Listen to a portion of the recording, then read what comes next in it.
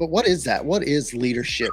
And how did you change from 24-year-old Al Pertuz, staff sergeant, to Sergeant Major Pertuz? How did your leadership philosophy change over time? How does that go into all that?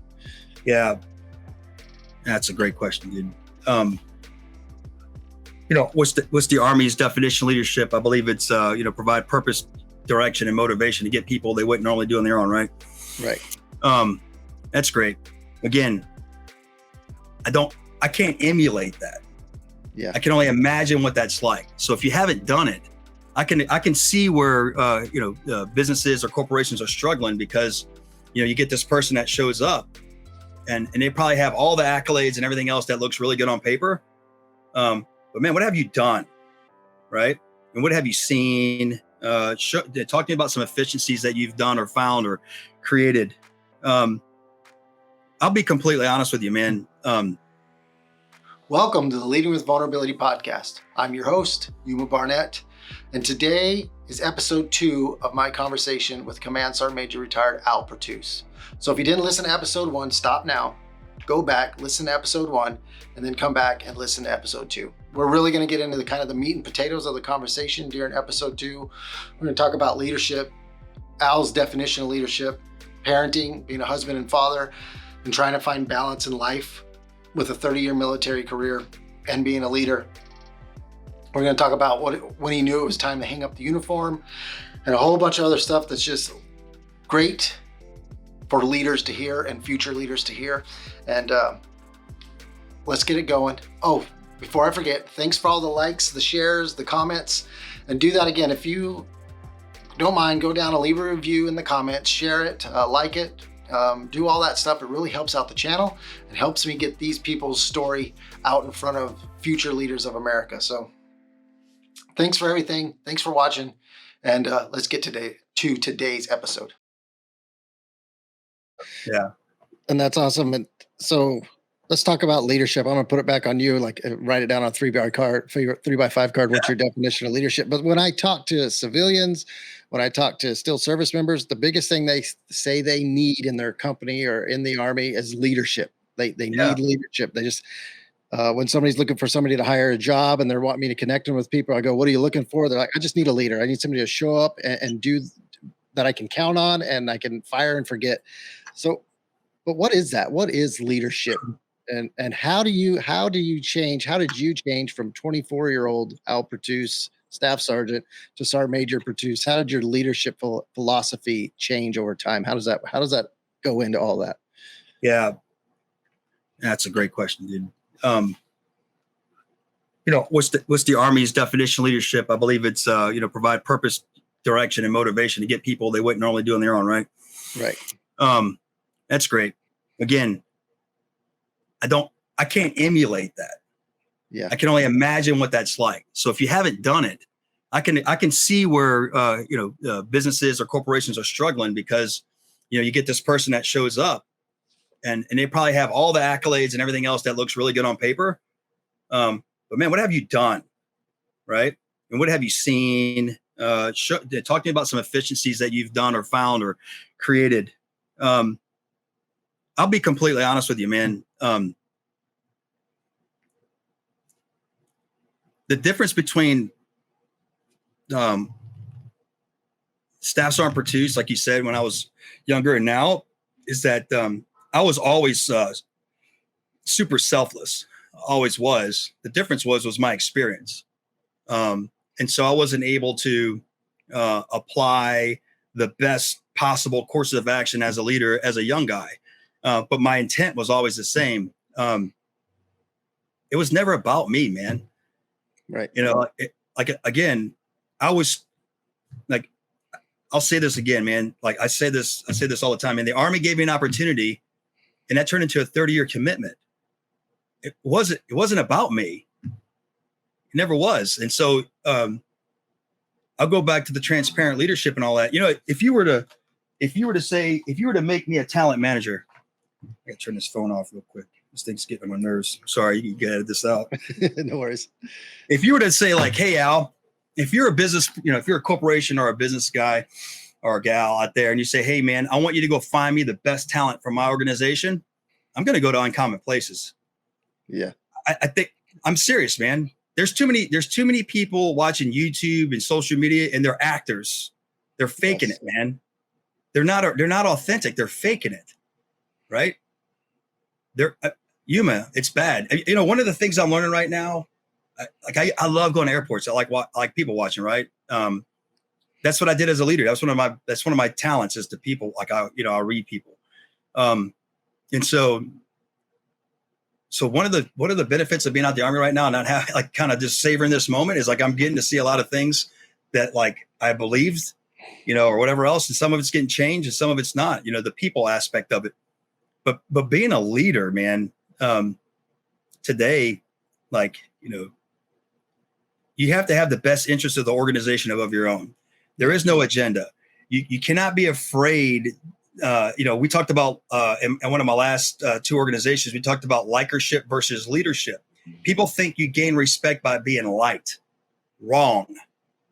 They're not going to respect you. They're just going to like you. Yeah. That's it. They're not going to run to you when you have a problem, man. When they have a problem, they're just going to like you. You want to be respected. You're the person that always keeps the straight line. You tell the truth. You don't lie. You're technically and tactically, or proficient or knowledgeable in the subject that you're in. So you show the confidence of that. You respect their opinion and consider it. You treat them with dignity and respect, right? And then you also become involved in their life. Mm-hmm. Like being a leader, regardless, isn't that just about return on investment? It isn't just about finding efficiencies. Or you want people to come to work. You want people to come to work and give 110% for you. So how do you do that? They got to feel like they got to not feel, they got to know that you're invested in them as a person. And that's hard work. And one approach doesn't fit for every person. It doesn't. You got to go find that. And so what kind of person does that? One that's comfortable in their own skin. Yes. One that doesn't worry, like one that has nothing to hide, a transparent leader, right? I'll tell you right now, you ask me anything, Yuma, right now about my life, and I'll tell you the truth. I don't have anything to hide. Right. I just don't have anything to hide, man. And that's exactly what the kind of leadership it has, and so unfortunately, when people get a little bit older, it becomes habit. They can pretend, but they're never going to be authentic because It's too late. Right. Yeah. And so like these things, this is the type of stuff in 2023 that needs to be taught in the NCOES and the leadership in the Army, these type of things right here. Because, and you know what I did when I was in my last brigade, again, like 42, our numbers always, fluctuate from like 4,200 to 4,800 people. I was like, there was two venues that I actually got to talk about this kind of stuff. And I found them. One of them I created, now that I found it, the QTBs, right? The QTBs, the quarterly training briefs, where the commanders, the company commanders, and the battalion commanders and the first sergeant and sergeant majors, the company commanders briefed the brigade commander 2 levels up. And almost all the ones I've ever been to, the sergeant major just sits there and says nothing. I'm not lying to you. It says nothing because it's a long meeting.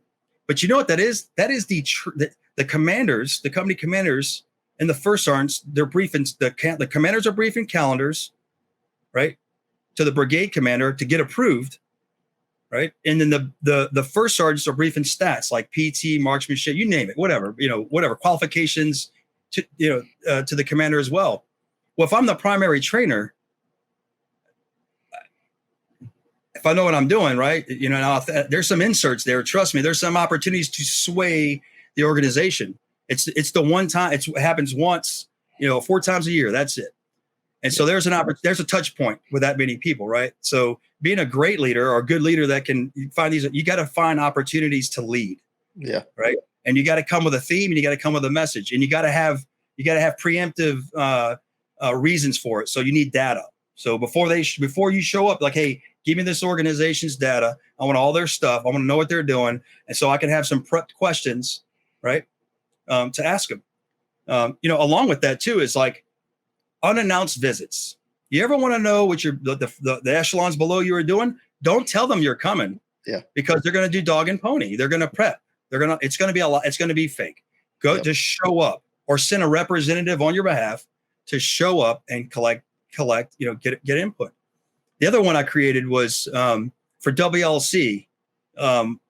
but the people that control you want to change a culture, you gotta get a hold of the people that control your culture. In my mind, in the Army, that's the team leader and squad leaders with a little bit of squirt of platoon sergeant, right? And so I was like, okay, so if the team leaders control the masses, how do I influence them? Well, every one of them has to go to WLC. So every time a WLC class happened, I had the school's NCO bring them all in, and I would give them, we would talk about an hour class, this kind of stuff right here. And I would talk to them about, hey, look, you're in practice right now for what you're going to be for a leader later on. I talked about how I learned how to spin a basketball. I learned how to spin a basketball on my finger as a kid. I don't have time for that now. Right. Didn't have time. I don't have time. I just don't.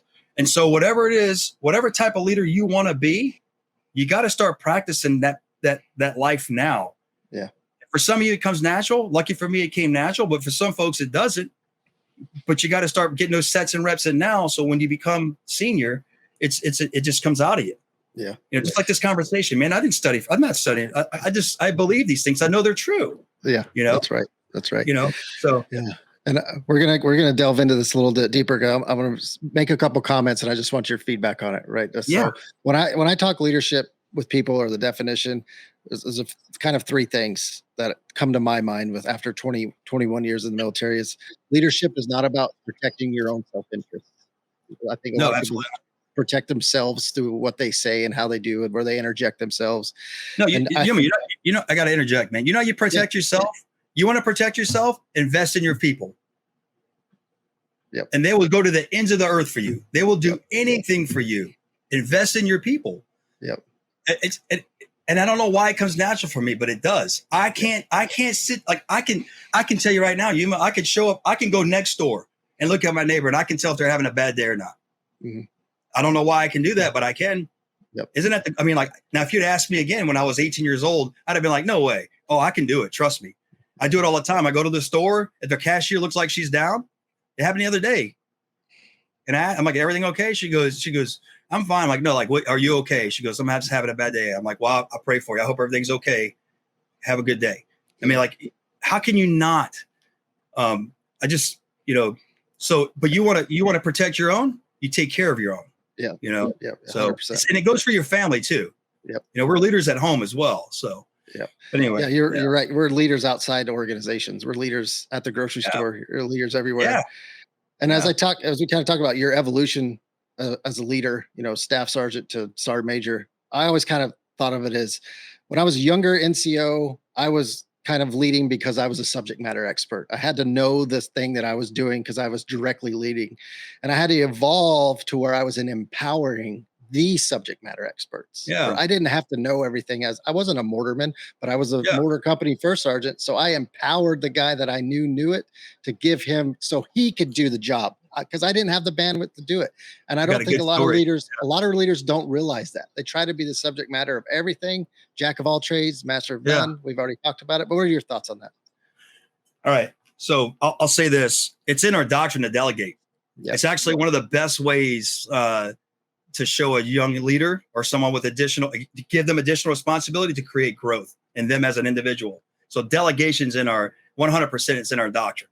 But another thing, direct level leadership versus organizational level leadership. Personally, I think you have to have there's no set number, but you need a numerous amount of reps and sets at the direct level of leadership to become the best organizational leader. I personally think there's a such thing as get promoted too fast. And some people say, well, it's a case-by-case basis. Okay, maybe. But what I've seen, I'll use an example as this. Again, I went to Big Army. We're doing night live fire. If you were to ask, I'll do, and this is nothing shaming or that's one of the apples and oranges here. But if you were to go to a seasoned team leader in the 75th and ask him how many night live fires they've done, how many it'd be up there, right? Like a large number of night live fires. So here I am, I'm walking at night with my commander and we're walking behind a team. We're doing team live fire because that's the level we're at, man. They needed training. The smallest unit or small, the small unit by definition of a squad, but sometimes you got to go lower for the training if it needs it. So we were at team level. Long story short, I'm watching this guy navigate as a leader through the woods under night vision. And it's you can tell he's not practiced, right? He's struggling. It's like the first time he put on odds. So when it's all said and done, I asked him, I was like, hey man, it's like, so you're an E5, you're a sergeant, team leader. Yeah, Roger that, Sergeant Major. Cool, man. What'd you think? Oh, it's good. It's like, hey man, how many night live fires have you done? 2. This is my second. And I'm like, and he's an NCO. Oh wow. But he's in charge. He's in charge. Right. And so then they go around again and we go around again. Right. We go and I asked, and it's kind of a common thing. You got your onesies and twosies, but it was a common thing. That ain't efficient, man. Now we got to get the job done. So you put them in position, and then we change we train to fix that. Cause I can't undo what I see. But at the end of the day, like, sure, that guy will probably end up being, let's say he gets 2 as a team leader, 2 as a squad leader, 2 as a platoon sergeant. Next thing you know, he's a first sergeant, the primary trainer, and then he's a sergeant major. What feedback is he going to be able to give to a team if he's got 8 live fires at night under his belt? He can give some, but he ain't going to be a master. He's not going to be you need, and that's just one example. There's a lot of those out there. But I'll tell you this, one of the best, actually, I'll say this, the best counseling I ever got. We were deployed, and we're in Afghanistan, and my senior raider was General Howard. He came down from 10th Mountain, and long story short, he's like, "Hey man, come in. What do you think you're going to do? What do you think you're supposed to do as a sergeant major?" And I was already a sergeant major, battalion CSM, but he's talking about next echelon, like ops, sergeant major, or brigade level, or up, right? I started talking. He goes, no. Because, one of my gifts is gab. I like to talk. Right. So he's like, hey, he goes, no. He goes, hey, you see that dry erase board right there? He goes, go ahead and grab this marker and go ahead and write down everything you think you should do as an ops sergeant major, right? And so, he sits down behind his table with his glasses on and he starts typing on the computer. And he's looking up at me. You done? I'm like, no, sir. He goes, all right, keep writing. Right? He keeps going down. This is a real story.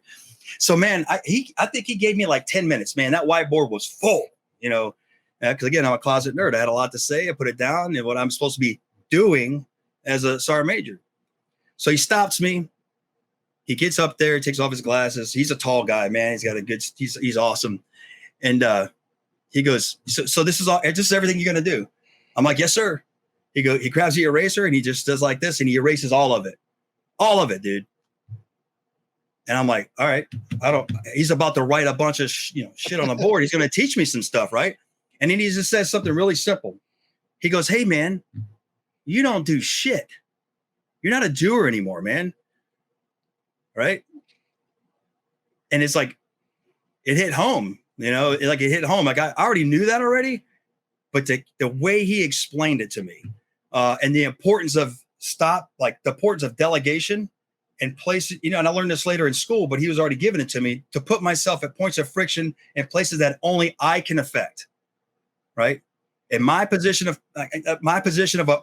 influence, because, commander's got power. I got influence. In my position of influence, I got to put myself in places that only I can make a difference. I don't need to be down here. I can delegate those things. I can just go, I can give it to a first sergeant or a platoon sergeant or another sergeant major once you become brigade, right? And let them attack those things and put myself in places.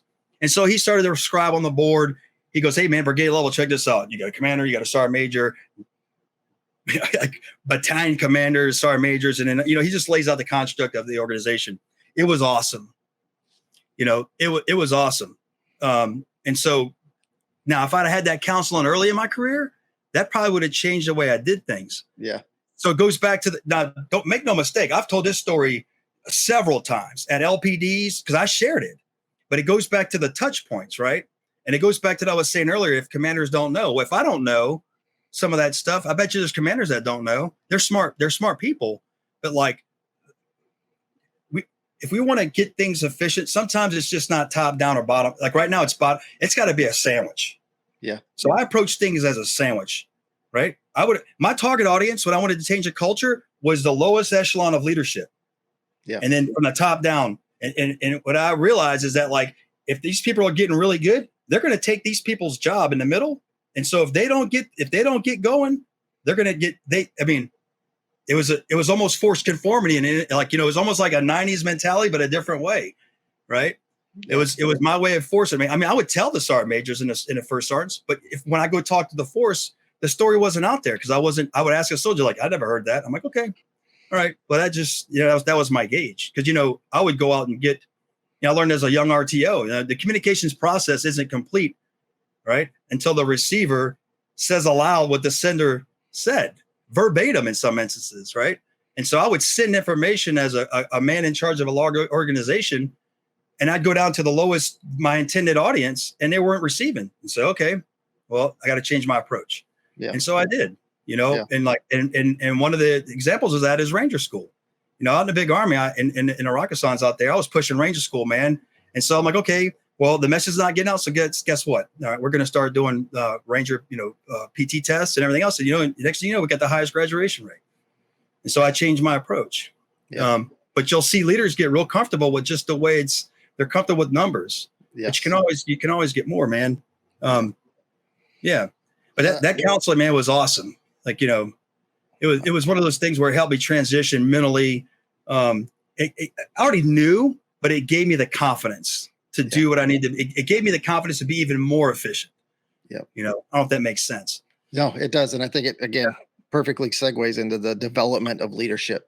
So same with you. A lot of the best leadership development I had were small conversations like that on a whiteboard, or one-on-one conversations with a sergeant major or somebody, or a peer even. I didn't get great leader development in Army leader development schools. I actually got I probably learned more of what not to do than what to do in Army development schools.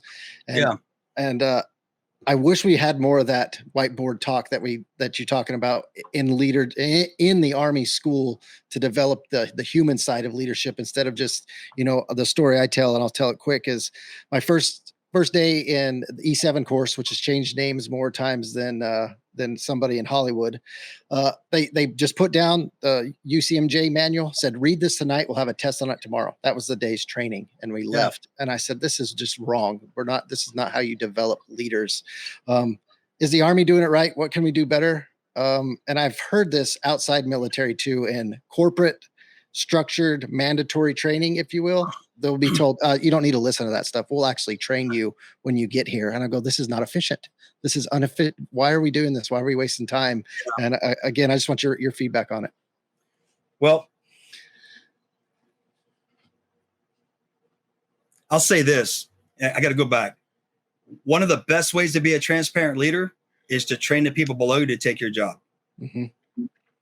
It's also one of the ways to be vulnerable, right? I mean, I got to say this out loud, man. I learned that in the 90s. They would kill off the squad leader, and alpha team leader would take during training. All right, it's training, right. So basically, and I know, like you said, there's some people watch this that's on the Army. So basically, you would take the unit leader, and we would do an operation, and they would take him out of the picture and force one of the subordinate leaders to take his role and assume mission, right? Because that could happen. Well, I mean, I'm assuming the same thing could happen in business. Yep. Or it should be the best practice. And so it keeps it. And so what better, it's another way to show people you care about them, is to let to personally develop them. There's a guy here I met locally. He's an attorney in town here. And he was prior service, and he's working for this firm. And so he goes in there, he makes a name for himself through hard work and commitment, right? Consistency. And so I've met him through a program that my daughter was doing in high school. And so he's like, man, he goes, the guy there kind of gave me the reins. And so I started doing professional development of the people in there, the two ladies in there. So he sent them off to school and stuff, and he goes, one of them just broke down and started crying. It's like, I've been here 18 years and not one person has ever invested in me like you have. And you've only been here for 2. She goes, and she's just like the utmost. And he goes, I don't want to see you stay here. You've been here 18. You need to move up. I mean, you know what I mean? Like, I mean, there's something to be said to that. And I mean, and that's some of the stuff that's, that's just consistent with leadership. I've been the same way. I was taught that, right? To professionally develop the individual, to put them in positions of increased responsibility, to build their confidence, dignity and respect, and then whiteboard stuff. Your question, remind me your question one more time so I can get to the leader development in the military. Are we doing it the right way? Well, I learned a new term. I learned a new term recently that I hadn't heard before, and it kind of goes with expectation management. And this was in my last job, and it was at an upper level meeting. I heard get them good enough. Mm-hmm. Now my job in my last organization, I think it was 14 or 17 states. We had National Guard units spread across those states. And, I was a sergeant major, the commander, we were responsible for training them. And so we were kind of geographically, we would get dispersed and responsible for the training of these units across several states. And so we talked about the level of training that they were at.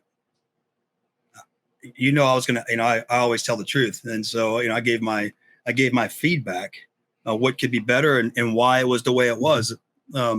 And a lot of it is exactly what you just said about some of the leadership, that it was basically lack of initiative on the leaders at each location.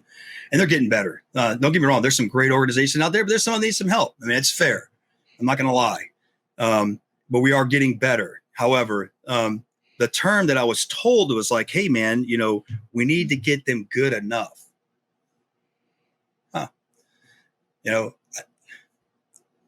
I guess that's a common term, I guess, I like to strive for as close to perfection as I can, because I think if you never try to get close to perfection, you're never even going to get close to perfection. Like, you got to try. You will never increase your capacity, your capability. However, what's the priority, right? And so you always got to keep the bigger picture in mind. I don't know what the Army has in store. Well, I know, but I can't disclose for the National Guard. You know what I mean? And so at the end of the day, they just need to be good enough, right? And that gauge is based on whoever's in charge of formulating their training plan. And my job is to go out there and gauge that formula, and make sure it's met. And then give some tidbits here and there to see if I can get them above good enough when it's efficient. But professional, I go back to what I said earlier about prepping, like the execution. The 8-state training model, in the Army. One of the things that you got to train your leaders first before they execute. You know what I mean? And so you got to do a recon, you got to plan, you got to train, all these things before you actually go out and conduct. And so again, my job as an advisor, right, is to go out and gauge the skills of the individual. You can't throw something at the wall and hope it sticks. Oh, you know what? Bright shiny object. So and so is doing this leadership thing or this training. I want. He's like well renowned. I want to get him over here to come to the unit, or I want to come to my business and train. Well, what are you going to get out of it? Is it going to make you more efficient? Now, sometimes it may be efficient just to give people something cool like that to make them feel like you care about them. But is it going to give you the ROI, return on investment that you're actually trying? Who are you hiring, or who are you putting in charge to actually look at your talent? I think that's probably one of the biggest investments that you can make as an organization, whether inside the Army or not. Who is talent? Like again, one of my jobs was talent management. You've been on boards. Oh yeah. Yeah. So I'll just spell this out for the broad audience out there. In the Army, for a young NCO, a young enlisted leader, and a young staff sergeant, the next level up, you have to go in front of a battalion command sergeant major and sit in front of first sergeants to get promoted. And they ask a series of questions and then measure your talent and your reputation, your talent. And you come in there, and they look at your appearance. I mean, it's a professional screening to see if you're good enough and have the talent to meet the organizational needs. And if you don't, you get sent away. And if you do, you get promoted. Now, I can't say the big businesses can do that, but I'm sure given a latitude, any one of us could create a similar model that matches the desires of the organization and do talent management. And it could be something as simple as just observations, our data measurements, right? But it's extremely important. I talk to my kids about this all the time, about the soft skills that you need in life before you leave. There are certain soft skills that I will drive home before they leave my house. And there's a whiteboard in my dining room that I have 5-year and 10-year, and both of my kids' name on it. And there's goals that make them right on there. I got to update it. It's just one of those things, man. And so you got to do the same thing. You know what? I'll say this. It hit me when I was a squad leader. There is nothing like standing out front with a sets of eyes looking at you. Nothing. And I said this in some of my writings as a leader. I'll have to send it to you one day. I used to write notes. I used to scribe some stuff as a leader. When you're standing out front, what are you looking at? What are you looking at? What are you looking for? Do you truly understand what you're responsible for when you look out front? And if those were your kids, would you do it different? And if the answer is yes, then you're doing it wrong. You're doing it wrong. You're doing it wrong. And so when it comes to professional development of the people, I would have to take in the vision of the organization, the intent of the organization. I'd have to look at efficiencies and inefficiencies. I'd have to find the gap. I had to go out again. You need latitude to do that, but I had to go out and find the gap. And I would tell the truth. And I would prescribe 2, 3, 4 courses of action to attack the problem. And then I would get after it, and I would make it happen. And again, I'm speaking very bluntly right here, but you put on a different hat when you get in front of people, right? You got to read your audience. I can be this way straight up with certain people to get what I need to get done, or I can be a lot more approachable or friendly to get what I need to get done. Right. But that comes natural with practice. It's one of those things that you have to put yourself in a position of advantage as a leader. And you got to go look for it. The safe place is behind a desk. Right. Yeah. It just is. It's easy. I heard that once in the academy.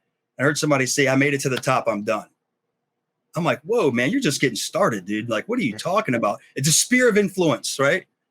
At the least, you're going to be in charge of, a battalion. You know what I mean? Like initially, like, you got to be kidding me. But there I don't have the answer. I did read something the other day, right? Because I'm kind of figuring out, what I want to do next. And I was always intimidated by, like, you got to have a college, you got to have a master's degree, you got to have a doctorate, and I'm getting ready to wrap up my bachelor's in business management here in December. But what they're starting to realize, and you know what, good for them, is they're starting to realize that there's character traits and skills. Soft skills matter more than any of that stuff. So soft skills, traits, characteristics matched with experience, I personally think very powerful, extremely powerful, especially someone who is invested, right? And so you find somebody, so you can, like a guy like me, you can hire me today, man. I'm a sucker. I'm going to be heavily invested in you, but I'm not stupid. I used to be naive. So you got to take care of me, but make no mistake. When I'm invested in you, at least this guy, I'm going to double down, and it ain't my word. It's like, I sell it like it's like, I sell your stuff. Like I'm trying to make like it's yours, like, again, the best way to take care of me is to level up the people below me, man. And some stuff is not popular. I was told once that I was told once, and I've said this several times, it's lonely at the top. You said the word top a while ago, right? A trainer of professionals or a trainer of people. Well, if you're the right top, it's lonely. Yeah. I'll be completely honest with you, man. And I'm comfortable with this because I've created this way of living the way I am. When you live the true committed life to whatever it is, unlike no other, right? When you want to be a standalone person and do it the right way, you quickly get put on an island. Yeah, 100%. And there's only you sometimes, or you and a couple of people. But if you're comfortable with that, right, that organization is going to be great. And I'm comfortable with that. It took me a while to get that, man. I was worried about what people thought about me. I don't care what they think about me anymore. When somebody hires me, or if I ever get hired again, and I hope I do one day, make no mistake, man, I'm full bore. I'm only 48 years old, man. I'm going to be 100 at least. I'm just getting started, and so I want to take all of my Army experience, right, define it, reflect, look at some of my gaps, but I'm a student again, and I have no problem with that. But you put me in my comfort zone, I'm going to produce, and I'm going to learn along the way. And so, how do you find those kind of people? I'll be honest with you. I don't think the Army found me. I think people invested in me. Yeah. So I had, my team leader, my squad leader, my platoon sergeant, my first sergeant, the officers who I always looked up to because, I valued their intelligence and everything. I became this person because people took the time to invest in me. Who am I not to return that? Right. Who am I not to return that? So, yeah, but I can't, A mistake I made, a mistake I used to make a while back was I expected people to do things the way I did, or I expected people to feel the way about my commitment or their commitment to the military or their job the way I did, or even if it's out on the outside, whether it's volunteering for something or whatever else. It's a mistake. Yeah. It's a mistake. It only becomes a problem, though, when you're in charge of influencing that person, and you really got to figure it out. And you know what? It was really tough being a sergeant major living another man's calendar, right? You have a commander that's got a calendar full of stuff, right? And you're there to advise. You'll never see your name on that calendar, right? It's all mission, right? And it's not your calendar, it's their calendar. And you sit in with the meetings and all that stuff. If you want to make an impact on the organization, you have to find a way. You have to find a way. You can't just roll with the punches and know it's wrong. It's like, oh, missed opportunity. Oh, no, man, you got to get to the left of the boom. You got to learn your commander. You got to learn the person you're working with. You got to understand. You got to find common ground, make conversation, hang out. It has nothing to do with you and your ego, right? If you truly care about the echelons below you, you will find a way. Yeah. So moving on to talk about leadership. We talked about a little bit of leadership outside of the organization and at the home. So all those years, 30 years in the military, how did you try to achieve balance or attempt to achieve balance as a husband and a father and a soldier and a ranger? Well, I failed initially in life. Like I said, I was married once before. Great lady. I think personally, I made the wrong. I married too soon. I wasn't ready to be a husband. I thought I was at the time, but I wasn't. And my priorities, I'll be completely honest with you, like, part of our marriage, initial marriage was, she didn't like the op tempo. She wanted me to get out. And she voiced her opinion, and I held that against her. But now looking back, I'm like, you know what? She was communicating. Yeah. And so, and I said no. I mean, I came from nothing, man. And like I said, when I walked in the gates of being a ranger, I'm like, no way, man. Like this is everything I wanted to be as a man and as the Army. It's special. Like, no way, I'm not giving it up. I'll try and do better. Well, it didn't shake out. So we split up, and I went about 5 years single. And during that time, man, I did a lot. Like again, you don't have to be, you don't have to go to college to figure out how to fix yourself a little bit, And so I think some of these things make you a better person. Right. I'll fast forward at the pre-command course. There was a senior leader, a GO, that got up front and said, he got up front and he says, you have to achieve balance in your life. You got to spend time with your family. And the whole crowd giggled. Yeah, right. It was funny. And so it was funny, but he meant it. And, and he kind of talked about it later and everything, but the whole crowd giggled. You know why they giggled? Because they knew it was bullshit. That's right. That's right. But is it though? Right. So at the time I thought it was, it is, and it isn't. And this is what I mean by that, it's not 50-50.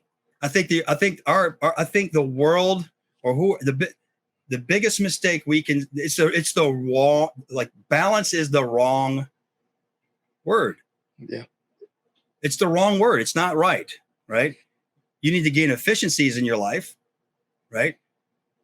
You need to find opportunities to make the most of what time you have with your family. Right. You need to give up some hobbies. Right. Stuff like that. But balance? No, man. Now I'll go a little nerdy on you.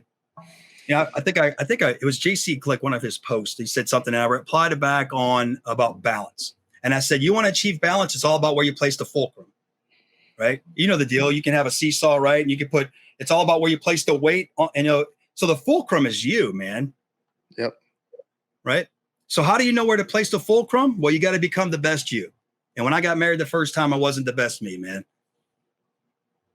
And when I got married the second time, I was a better me, and I've become the best me because I got a wonderful, awesome wife who's, super patient and forgiving and also supportive. But you got to know where to place yourself in all weight that exists, and you got to prioritize. And so what I did I gave up all my hobbies, man. Like as I started to get more responsibility, like I said, I built a computer when I was a first sergeant. There's no way I could have done it as a sergeant major. I would have had time. So things started to drop off. Fishing. I like to fish. I like physical fitness outside the Army. All these other things started to drop off, and it's a very selfless thing to do. I didn't see myself as the problem's not the Army. If you go work, I'm going to tell you right now, man, you want to be great in this country, you got to give up. You got to give up something to get something. Yeah. Right. You got to, that's how America was formed. It's the American dream. You work really hard and you get something. Right. And so you want a better quality of life? Well, you're going to work more than 40 hours a week. I don't care what anybody says. Ask anybody at the very top in the business world out there that's making it big. They're working more than 40. Trust me, they are. All right. Now, how do they maintain their marriage? Well, my assumptions are, at least what I've learned, is that when they do get time with their family, it's the priority. It's quality time. Yep. It's quality. Now, as much as we can sit here and say there's a lot of examples of people in the military or corporate world that lost their families because they work too much, I bet you can find equal or more examples of people that spend all the time together out there that are not together anymore because they spent too much time together. Right. So where's the balance in that? It has nothing to do with the time spent. It has to do with how most people make decisions based on the way they feel, right? But based on the way they feel. It's an emotional decision. Yeah. And so if you master your emotions, you can influence the emotions of the people you love, right? Right. And I'm not saying I don't play mind games or anything, but like, again, if you have extreme empathy, and I do, I can read my audience, whether I'm talking too much to the crowd or whether I'd said something that upset them, or if I come home and my wife's not in a good mood. I can read that. And so you got a decision to make. You keep doing the same things and expect different results, which is the definition of an idiot. Yep. Right. Or you do something different. And so where's your priority? And so, I personally learned that with my wife, I had to learn her love language. She loved when I called. She loved when I talked to her. You got to learn her love language, and then you got to double down on that. Yep. And the other thing about it is that when you serve in the Army or you're out there in the corporate world, whether you like it or not, they're a part of that. The worst thing you can do is not be inclusive. I mean, think about it this way. Think about the separation of exposure you get as a leader, that kind of level of responsibility, and you're not sharing that with your wife or your husband. What do you think what do you think that does to your relationship later on? Right. Now you're here and she's there or he's there. Now it's like this. Now you have nothing in common because you can't even have a good conversation. 100%. So you expose them to these things. Oh, by the way, you're the example as a leader. You bring your wife and your kids around and you act normal in front of other 18 and 19. This guy who was 20, married to an 18-year-old, and so I know how to act. And I had examples of that. That was a me problem back then. So at the end of the day, yeah, man, I worked a lot, but I did it for my family. Right. It was my way of giving them security and love, and the sacrifice was my time with them. But when I got time with them, I made it, man. And I know you see, I just started social media, man. You go to my Facebook, you see all this stuff we're doing, but I've been doing that all along, dude. Right. I did it all along. My kids can fish like everybody in the neighborhood's blown away. Like, man, your kids, holy cow, man, can they fish? We did a fishing thing. And the guy's like, how did your kids learn how to fish like that? I said, because when they could walk, they had a fishing pole. And when I had 5 minutes on a weekend, Dad would put a hula hoop or something in the yard and show them how to throw the damn thing. Right. It's the power of it's efficiencies, man. At the end of the day, even being deployed, you said there's little booths where you can call your spouse and all that, right? I was the guy to hunt my guys down and say, hey, you call your wife today? No, I'm going to call her once every, 2 weeks. Oh, I'm like, what? I'm like, you're being a tough guy, man. Call her, like, it's only 30 seconds. I'm like, that's all she needs to hear your voice, man. Let her hear your voice. Yep. Let her know that you're okay. Let her know that she's part of this too. Right. I mean, you got to get buy-in at the house. There was nothing I loved more than my wife showed up at work, man. I loved it. Yeah. I mean, honestly, because it gave me full-fledged, it's like I got buy-in at home. I can do my job more. I could focus all of my efforts at work. Now, I got it. There's some personalities out there that no matter what you do, right? No matter what you do, that they're not going to be a fan of your job. I got that, and I can't help that. But I think there's more of the other people than not. and you got to set the conditions. Again, it's just like we talked earlier, man. If you don't do the preparation stuff, the execution is going to go to shit. That's right. That's in your life too. It's preemptive. And so if your goal is to be married for 50 years or until you die, there's some things you got to do. Some that are a continuum and some things that are new. It's your job as a man, in the family to keep the spark as a husband. You got to keep yourself fit. You got to keep yourself ready. You got to show that there's a lot of things you got to do. And nobody's taught me this stuff, man. I'm learning. Yeah. I'm learning, man. And I look at my wife and I'm going to tell you, man, the balance thing is real. It is not, if I had to describe it when I was at the most busiest point in my career, it was probably 80-20, 90-10, 90% work, 10% family. But that 10%, my wife knew I loved her. My kids knew I was their dad. And it wasn't perfect initially, but I ramped up to get better. I put her, like I would give, and the same thing, man, honest feedback, if she was, like, honey, I really need your support on this. Can you do this? Can you do that? I would include her. FRG, like she knew what I was doing. There was no secrets. I mean, think about it. You got this important job. She goes to your celebrations or your company meetings and stuff like that, but she has no clue what you do. Flip the switch, man. Like, there's no buy-in. Like, what am I? Just a pawn in your life? What is And so they're not going to say it. They sure feel it. Again, I go back to the emotions part. You got to make them part of the plan, man. You got to make them part of the thing. My wife always knew, even if we weren't getting along sometimes, you know what I mean? Because I don't care what anybody says. If you're getting a little spat, well, that's communicating. At least you're talking, and then you grow, we're way better. We've gotten way better. But at the end of the day, man, you got to be all inclusive. And by the way, if you're a leader, you're an example. And so you have got to set the example for other soldiers. Again, this is leadership. This is the kind of leadership I'm talking about. No, they're transparency, authentic. I'm bringing my wife and kids. This is how I act around them. It's powerful. Yeah, very, very, very much. It's powerful, man. And there's a lot of people that look up and nobody wants to show weakness and because they don't know how. Or I mean, think about a young 18-year-old girl, or a young lady that just married in the military, has no clue. Who is her example on how to act or how to be or what to do?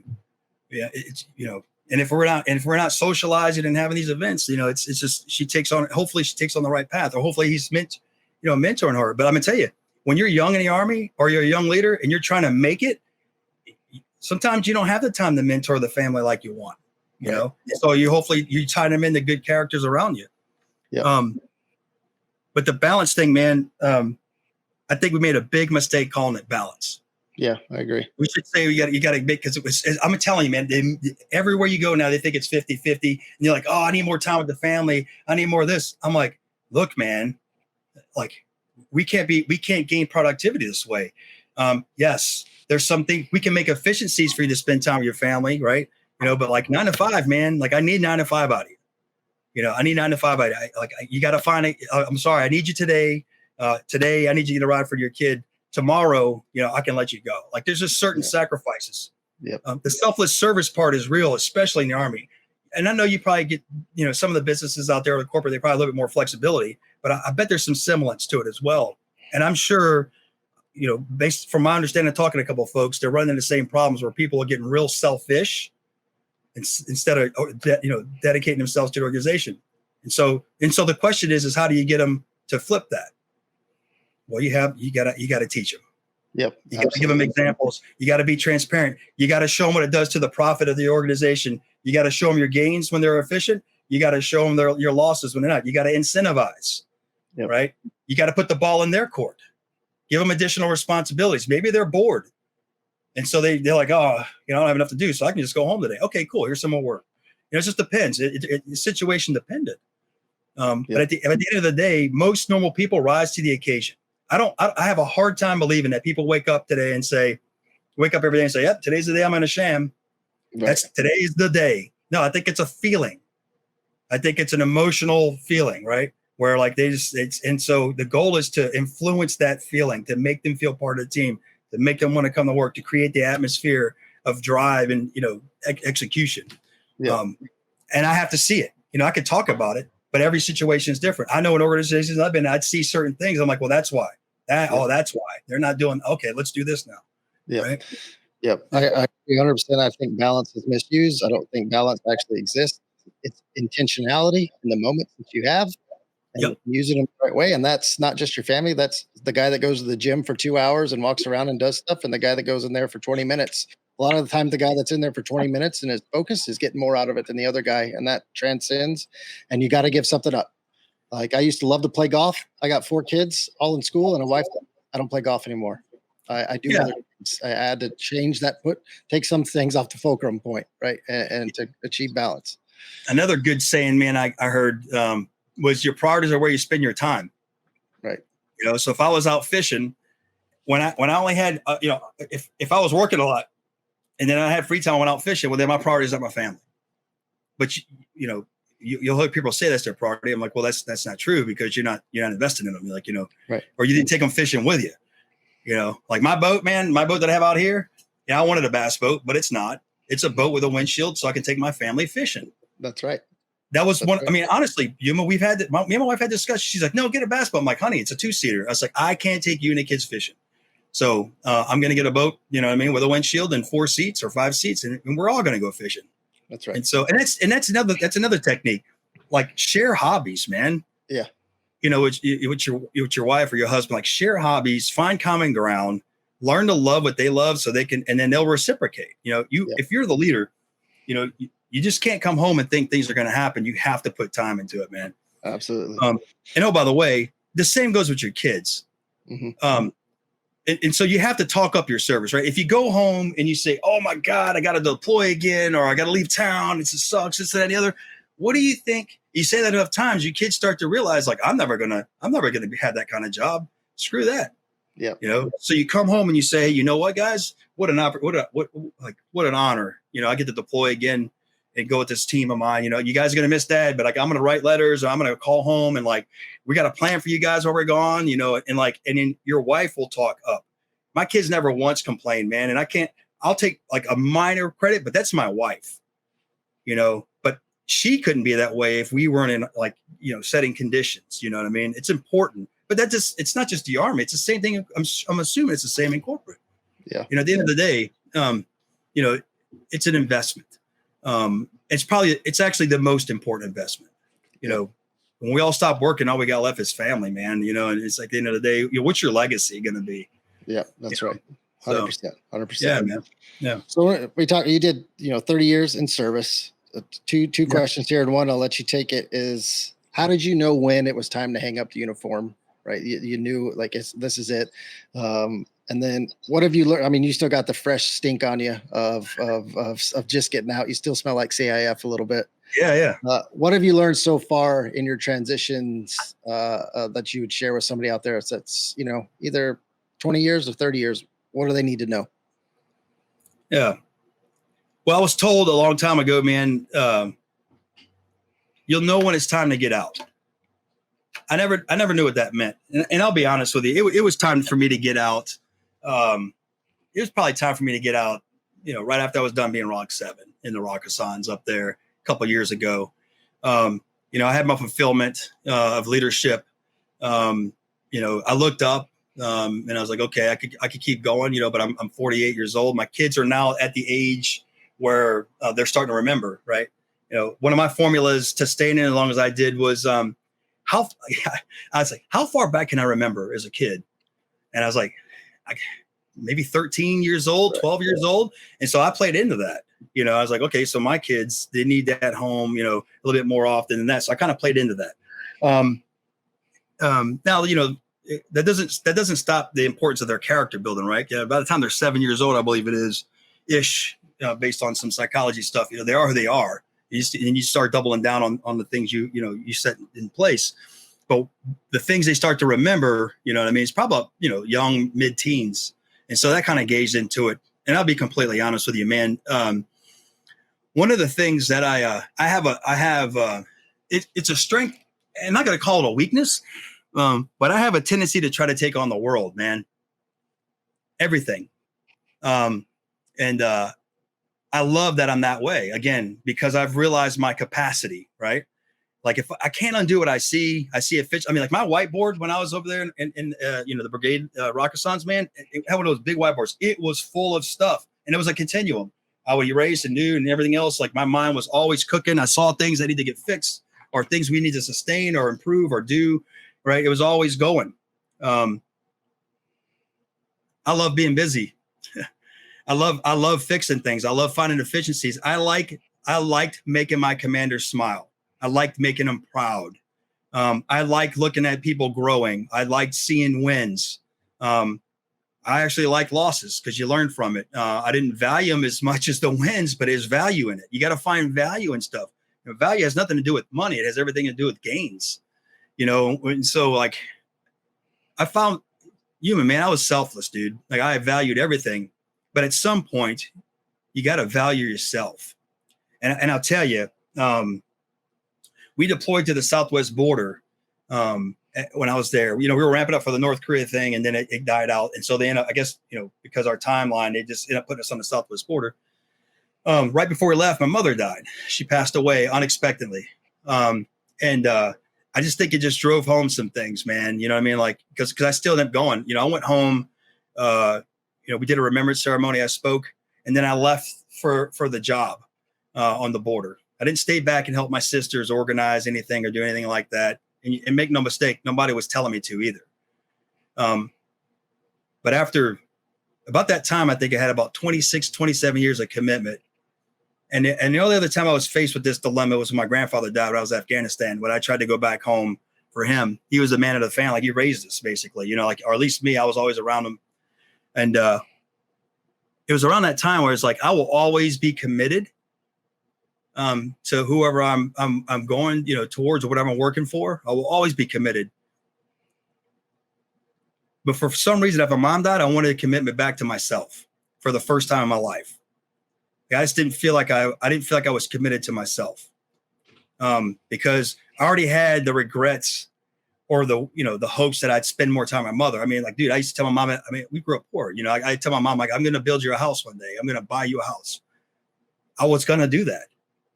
You know, she's just not around anymore, you know? And so, you know, you start like, you go there and you do the border mission. Like, you know what, like, this is it, man. Like, you know, I'm going to give this team my all. It's time. You know, I've given a lot.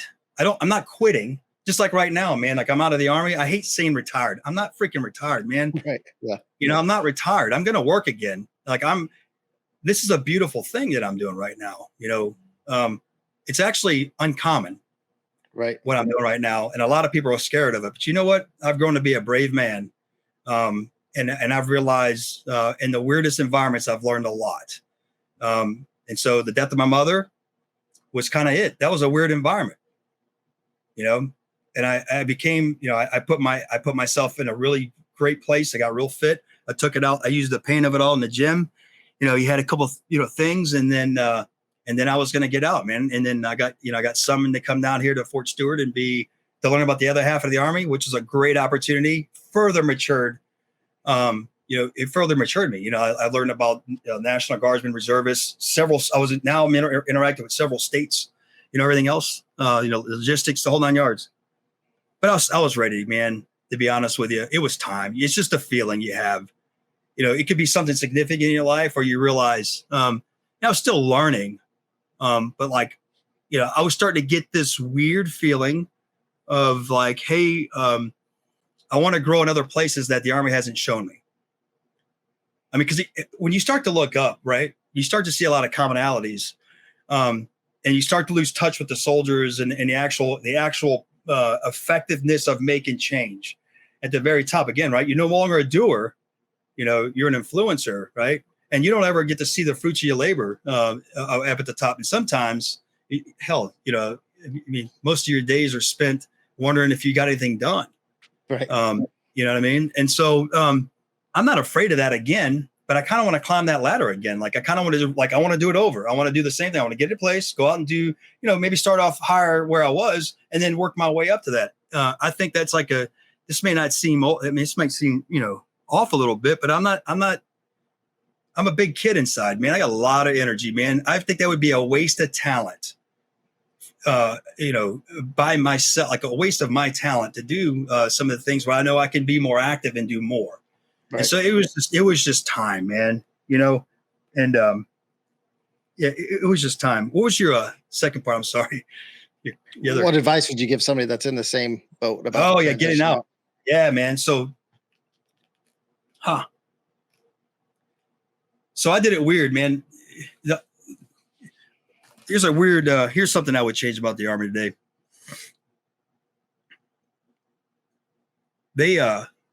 You're assigned. So in the military, in the Army, you're assigned, and you have and when you retire, you're still assigned to the organization that you're in. And a lot of times, quite often, in my scenarios, in like a lot of the senior leaders, they're in the position of leadership when they're at the same time they're expected to prep to transition out the military. I found that extremely difficult, man. I was the senior listed leader of my organization, and I'm supposed to not come to work, right? And not advise my commander so I can selfishly take care of myself. I found that extremely difficult. So much so that I didn't do it. My change out date was February 10th. I worked. I think I missed one training event because I had to do a mandatory training. I missed one outing because I had to do mandatory training because I was getting out of the Army, and I felt guilty, man, because I wasn't doing my job. And so February 10th, I gave the colors, proudly gave the colors to the incoming command sergeant major, and I started leave out the Army in February 11th, February 10th, 13th, and then I did all of my stuff for me. On my leave and in my transition time, not on the Army's dime. Is it right? To me, it is. Because I'm that loyal, man. But that was part of my plan. I didn't want to, the Army don't owe me anything, man. They gave me the opportunity. And so that was my way of like showing them like, hey, I know you're telling me not to come to work, but I'm coming to work. And so I did. So what do I tell people that are in the same position? Do you, if you're going to do what I did, make sure you got a plan in place where you can support yourself financially when you get out. I was able to do that because I had a plan in place. But there's a lot of people that don't. And so they have to go directly into work. And so if you're put in that position, because I envisioned this, if I was put in that position, actually, not only did I envision this, there's peers of mine that are going through this now or have been through it, and they struggle with it. They're like, hey man, I'm a sergeant major or I'm a senior leader. And like, I'm being told to go to this meeting. I'm like, you got to tell them no. Mm-hmm. I mean, what's upsetting is that we're being put in positions to do that. I mean, why? Like, that's one thing that's got to change, man. Don't put someone that's given 20 plus years to your organization in a position to tell someone they're not going to come to work. Don't do that. You owe us better than that. I always said that, like, I owe, when I was serving, I owed everybody that was coming in the Army and getting out of the Army everything. But I sure didn't feel that way when I was getting out, man. Right. I didn't, but that's fair. Like, we're getting better. The transition part's getting better, but you can't expect a selfless individual that you bred us to be. And I'm proud of being selfless, to become selfish all of a sudden. It doesn't work that way. Right. It doesn't work that way. That's not people first. That is not people first. You have to put a better program in place. SMA, if you listen to this, you got to do better, man. Like, it's not fair. Now, I took it on the chin because I've created this person. I've always taken on it. I've been an underdog. Yeah, most of my life. I want to take things on the chin so other people don't.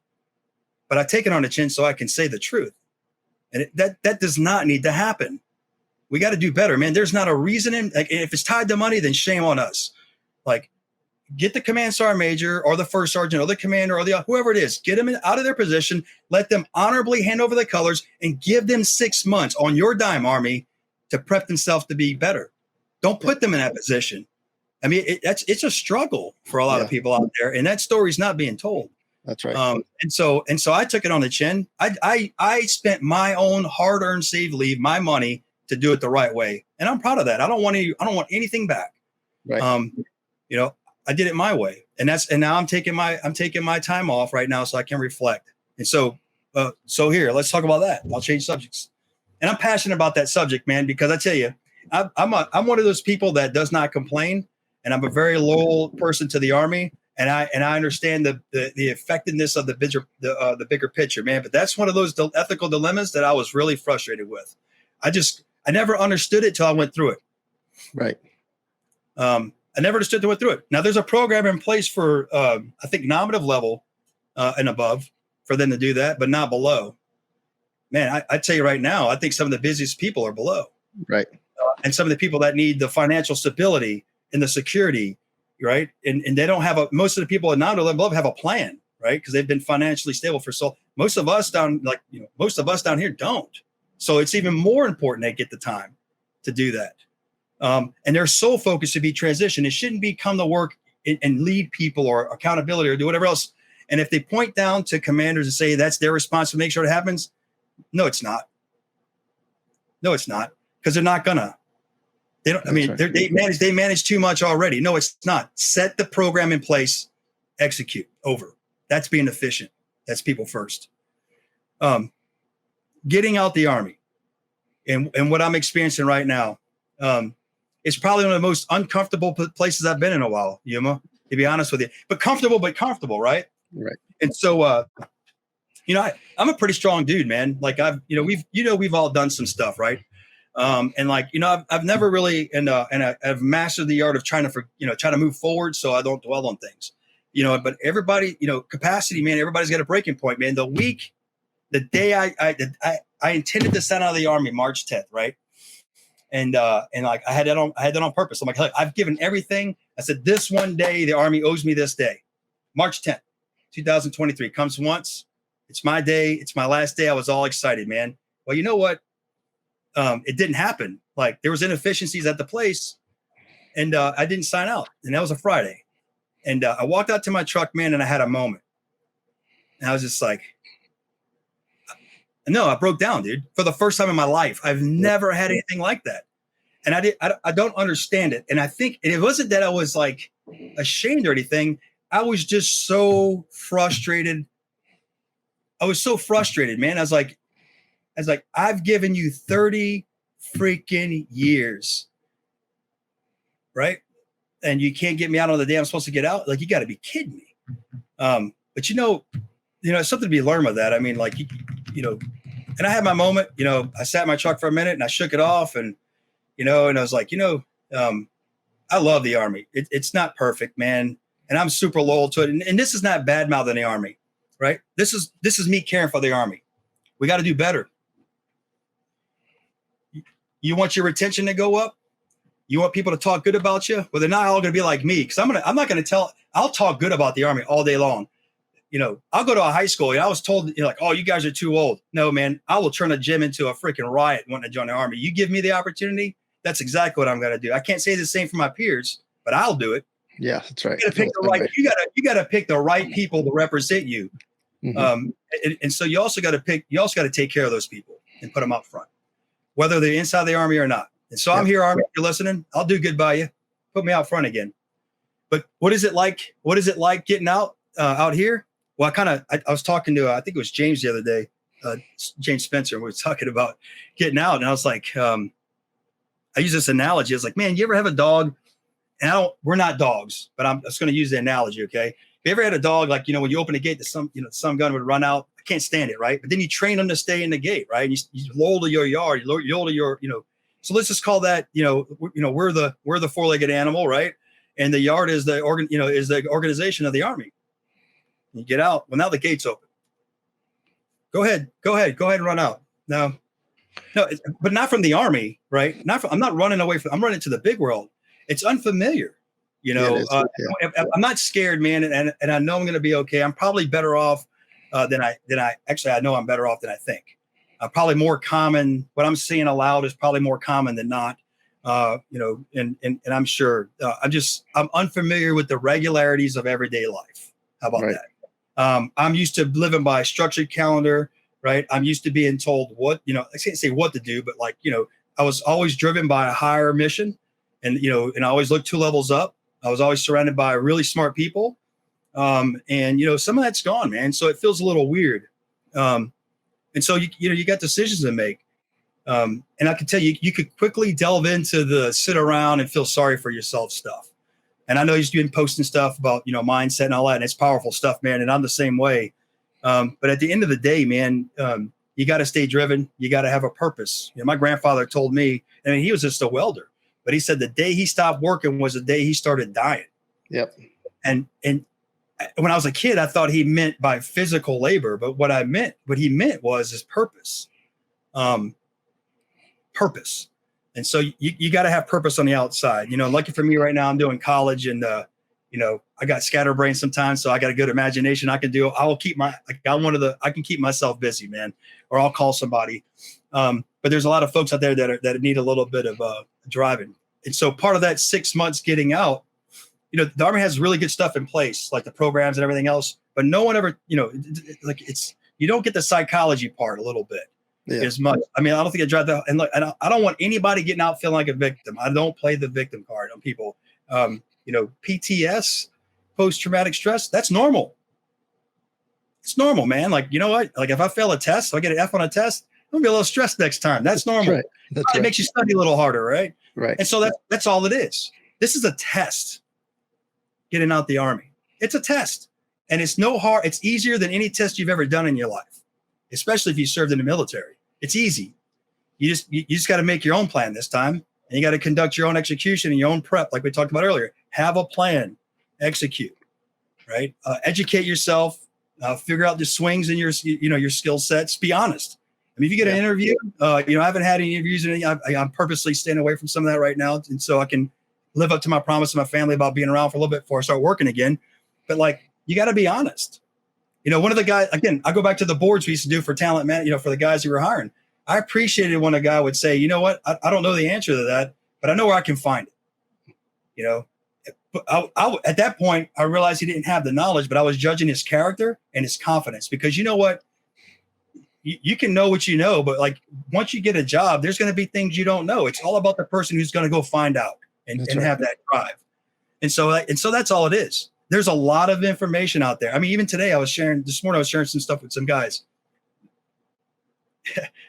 You heard this while serving. No one takes care of your career better than you. It's the same way on the outside, but now it's under a microscope. If you sit at home and sit there, nothing good's going to happen to you. If you go out and look at Yuma's post that he has on Discord, or reach out to somebody or anything, there's a lot of information out there. Put it to use and put it in your court. And here's something else I'll tell you. If you stay connected to the people that serve, there's nothing better than feel like you're helping them. Because when you're helping them, when you help them, you feel like you're helping yourself, because you have a purpose. And as a leader, and so I'll end with answering this question with this. You probably see all the posts, man. I got to lead. Yeah. I've already self-identified as a leader for life. I'm not going to stop. It just ain't going to stop. I will find a way to lead.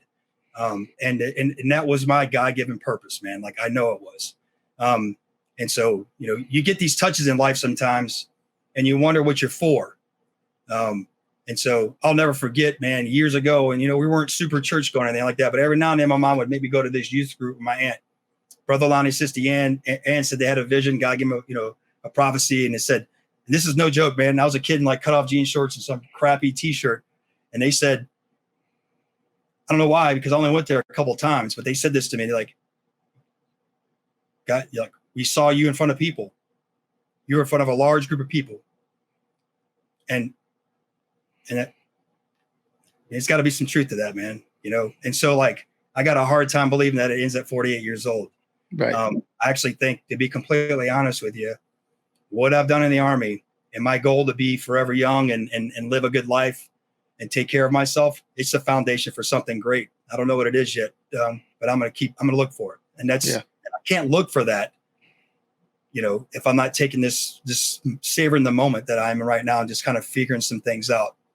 I truly believe that just being a good person, living a good life, having having integrity and a good reputation, eventually something good will come your way. You got to put yourself out there. But that's the person that I want to work for. Someone who sees that in me and gives me that opportunity. I don't want to go begging, man. If I have to, I will, but there's a reason why I did 30, so I wouldn't have to do that.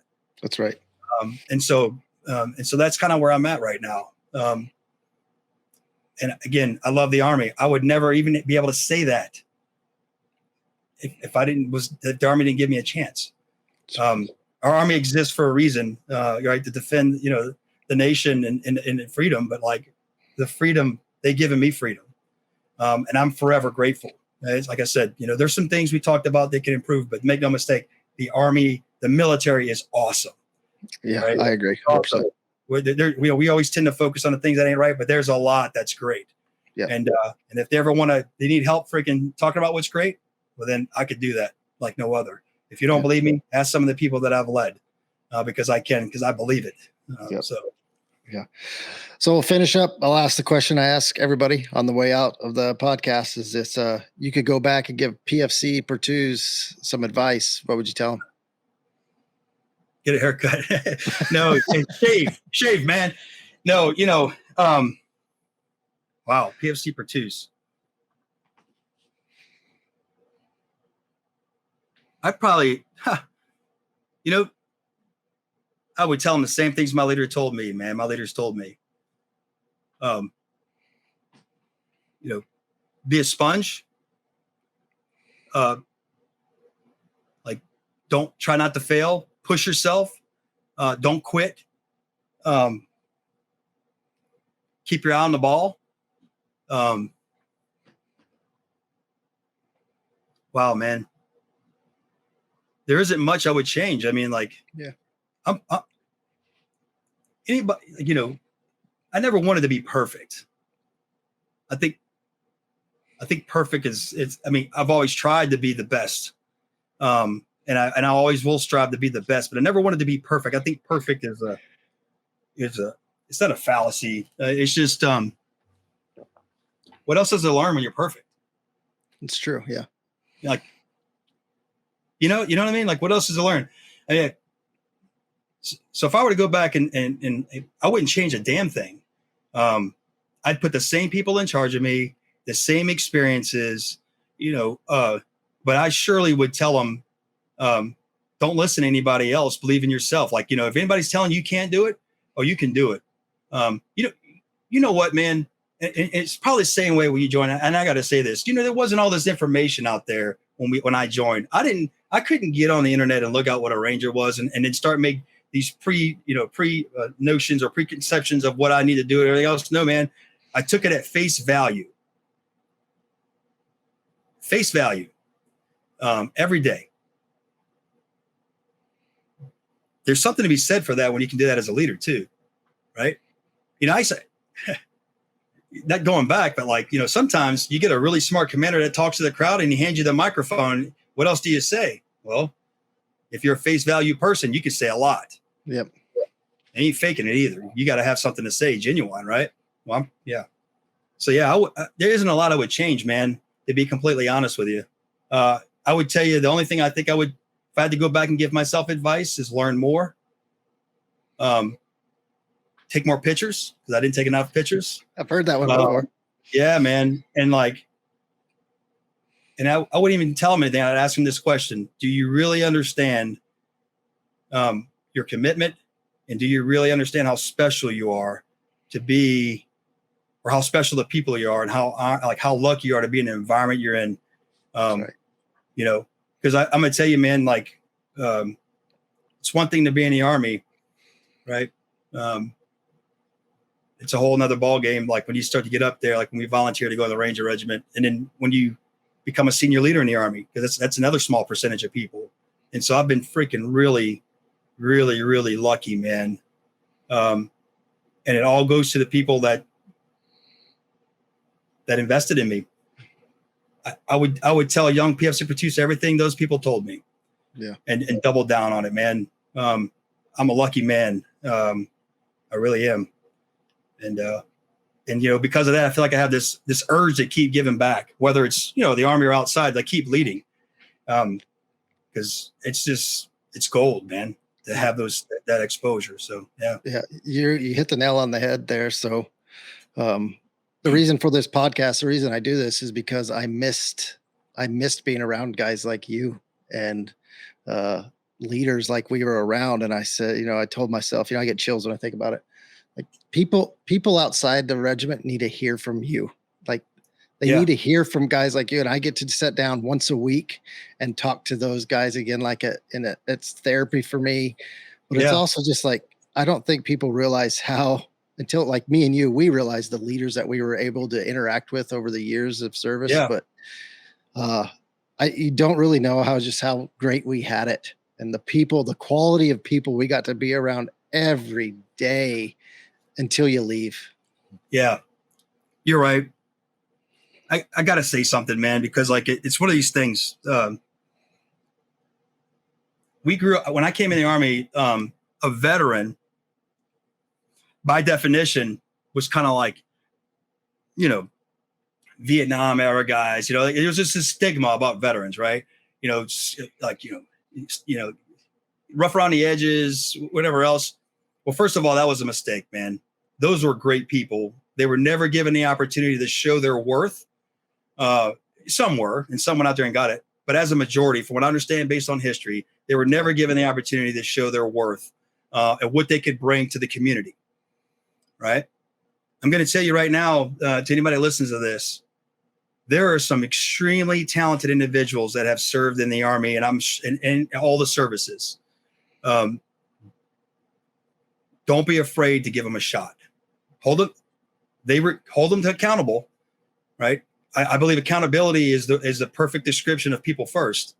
Hold them accountable, but given the right latitude and opportunity and the right direction and purpose, there's a lot of us that can make things like we can do things. Like, I mean, like we were very crafty, adaptive, agile, like it's just insane. And so part of my mold growing up was never to have that image of a beat up, rusty old veteran who's dysfunctional and everything else. I remember that, man. And I don't want to be that I didn't want to be that person. And I want to help other veterans as well, or anybody. I want people to know their worth, what they bring, it doesn't matter what you've done in, man. You're an expert at something. And you're right, man. It doesn't matter if you're in the 75th or not. I've served with some stellar, like awesome people out there, Big Arm. They're freaking awesome, man. And they bring a lot to the table. There's some highly intelligent people out there that'll blow us all out of the water. Absolutely. And they're hiding in the shadows. Don't put the stigma on them. Give them a shot. Yep. Yep. Well, we'll land the plane here. I really appreciate your time. If you're out there listening, watching, and do everything that I ask you to do, like, share, subscribe, and we'll catch you on next week's episode. Thanks again, Al. Yeah, man. Take it easy. Thank you for the opportunity, brother.